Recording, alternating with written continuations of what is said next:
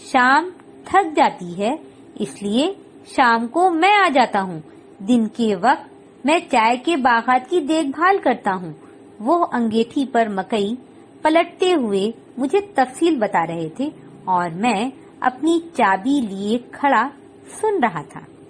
اچھا، یہاں پاس میں رہنے کے لیے کوئی کمرہ ملے گا؟ میں چابی انگلی پر گھماتا پوچھ رہا تھا۔ میرا دل اس لڑکی سے ملے بغیر جانے کو تیار نہیں تھا، اس لیے میں وہیں رک جانا چاہتا تھا۔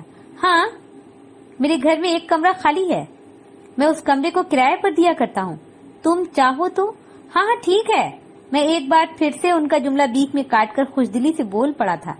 میرے دل میں پٹاخے پھوٹ رہے تھے۔ میں کچھ دیر ان کے ساتھ وہیں کھڑا رہا۔ انہوں نے اسٹال بند کیا اور بڑے سے بیگ میں خالی برتن اور دوسرے سامانوں کو ڈال کر اسے پیٹھ پر لاد کر چل پڑے۔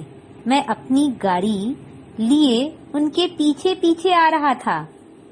مین سڑک سے ان کے گھر تک کا راستہ ڈھلان والا تھا۔ بڑی مشکل سے میری کار ان کے دروازے تک آنے پائی تھی۔ وہ ایک چھوٹا سا کاٹیج نما مکان تھا جس کا دروازہ کھول کر انہوں نے مجھے اندر آنے کا کہا تھا۔ میں اپنا بیگ لیے اندر آ گیا۔ یہ ایک چھوٹا سا کمرہ تھا۔ کمرے سے لگا واش روم، کمرے میں ایک بیڈ کے سائڈ پر ایک چھوٹا سا ٹیبل پر رکھا روم ہیٹر۔ میں اپنا بیگ ٹیبل پر رکھ کر کمرے کا جائزہ لے رہا تھا۔ دروازہ بند کر لینے کی ہدایت دیتا وہ شخص چلا گیا۔ میں فریش ہو کر بیڈ پر آیا تو میری آنکھوں سے نیند غائب تھی۔ بار بار اس لڑکی کا چہرہ میری آنکھوں میں گھوم رہا تھا۔ پھر جانے کب میری آنکھ لگ گئی۔ صبح دروازہ ناک کرنے کی آواز پر میں اٹھا۔ ٹھنڈ کافی تھی۔ میں لحاف کندھے پر ڈال کر دروازے تک آیا تھا۔ دروازہ کھلا تو سامنے قیامت ڈھاتی وہی لڑکی کھڑی تھی۔ کل شام سے بھی زیادہ پیاری لگ رہی تھی۔ گرے رنگ کا لانگ اسکرٹ پہن رکھا تھا اس نے۔ اسکرٹ پر فل سلیو کی ٹی شرٹ، کندھوں پر سفید رنگ کی شال، سفید رنگت پر سفید شال بہت کھل رہا تھا۔ پشت پر بالوں کو کھلا چھوڑ دیا تھا۔ آنکھوں میں گہرا کاجل، ہونٹوں پر گہری سی مسکان اور ہاتھوں میں ناشتے کی ٹرے۔ میں بغیر پلکے جھپکائے اسے دیکھ رہا تھا۔ آپ کا ناشتہ، وہ اندر آتی ہوئی بولی تو میں دروازے سے ہٹ کر اس کے پیچھے آ گیا تھا۔ 10 بجنے کو ہے۔ میں اسٹال پر جا رہی تھی، سوچی آپ کو ناشتہ دیتی جاؤں۔ وہ ٹیبل پر ٹرے رکھ کر جانے لگی۔ سنو، میں نے دھیرے سے اسے پکارا۔ ماہی کہتے ہیں سب مجھے۔ وہ رک کر مسکراتی ہوئی مجھے دیکھنے لگی۔ ماہی، بڑا پیارا نام ہے۔ میری مسکراہٹ گہری ہو گئی تھی۔ اچھا، اب میں چلتی ہوں۔ وہ پھر سے جانے لگی کہ میں نے روک لیا۔ 300 روپے لیتی جاؤ، کل میں تمہارے باپو کو نہیں دے پایا تھا۔ اور ہاں، اس کمرے کا کرایہ کتنا ہوا؟ میں تکیے کے قریب سے اپنا والیٹ اٹھاتے ہوئے پوچھنے لگا۔ مہمان کا کرایہ نہیں لگتا، آپ 300 روپے دے دیں بس۔ وہ میرے سامنے اپنا نازک سا ہاتھ پھیلائے کھڑی تھی۔ میں زور سے ہنس پڑا۔ گھوڑا گھاس سے دوستی کر لے تو پھر کھائے گا کیا؟ میں 300 روپے اس کے ہاتھ میں رکھتا ہوا اس سے پوچھ رہا تھا۔ موموز۔ وہ پیسہ لے کر مٹھی بند کرتی بولی اور خوب زور سے ہنس کر میرے کمرے سے نکل گئی۔ اس کے ہنسنے پر مجھے ایسا لگا جیسے ہزاروں گھنٹیاں ایک ساتھ بج گئی ہوں۔ میں اس کی ہنسی کے سحر میں کھویا ہوا کھڑا رہ گیا۔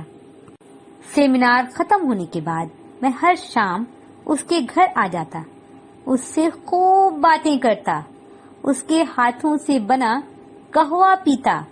وہ میرے لیے بڑے پیار سے نمکین چائے بناتی جو اسے بہت پسند تھی۔ میں نہ چاہتے ہوئے بھی اس چائے کو پیتا، اس کی آنکھوں کی گہری جھیل میں ڈوبتا، اس سے محبت کر بیٹھا تھا۔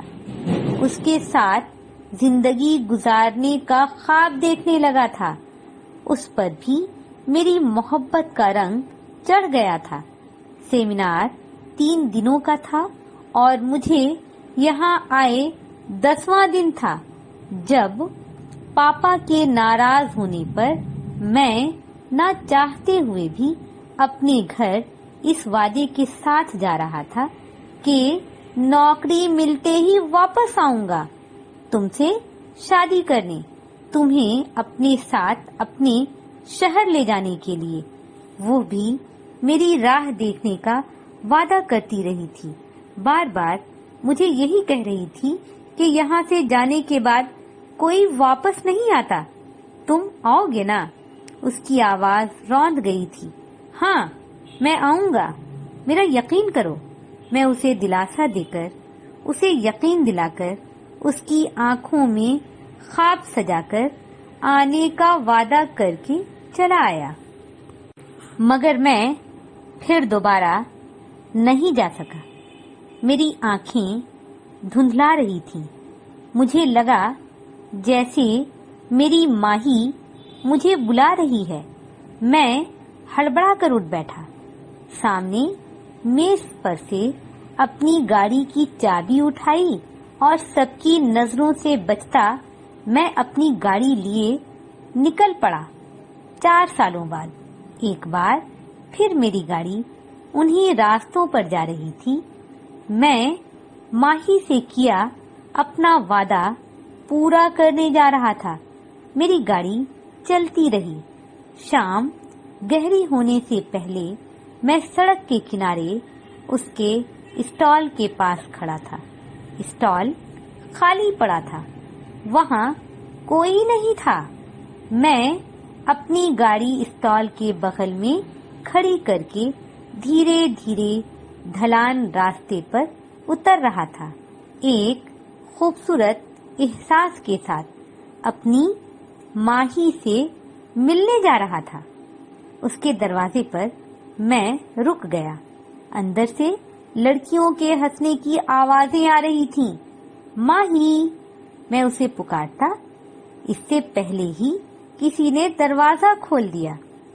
پردہ ہٹا تو میری نظریں اپنی سہیلیوں کے ساتھ بیٹھی ماہی پر پڑی، جو ہاتھوں میں مہندی لگائے بیٹھی تھی۔